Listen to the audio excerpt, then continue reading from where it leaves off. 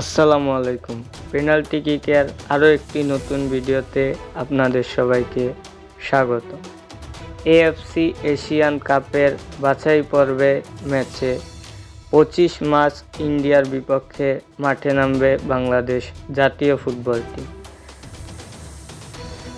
ইন্ডিয়ার বিপক্ষে ম্যাচের দল ঘোষণা করেছে বাংলাদেশ ফুটবল ফেডারেশন। প্রাথমিক দলে জায়গা পেয়েছে 38 জন। 38 জন তারা হলো গোলকিপার মিতুল মালমা, আনিসুর রহমান জিকো, সুজন হোসেন, সাকিব আল হাসান, মেহেদি হাসান শ্রাবণ।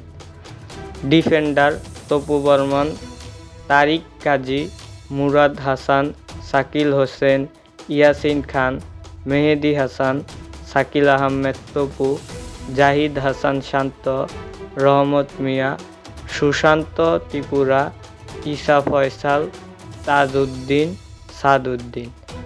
মিডফিল্ডার হামজা চৌধুরী, জামাল ভুঁইয়া, মোহাম্মদ হৃদয়, পাপন সিং, সৈয়দ শাহ, কাজেম, কিরমানি, মোহাম্মদ সোহেল রানা, চন্দ্র রায়, মুজিব রহমান জনি, শেখ মোসারি।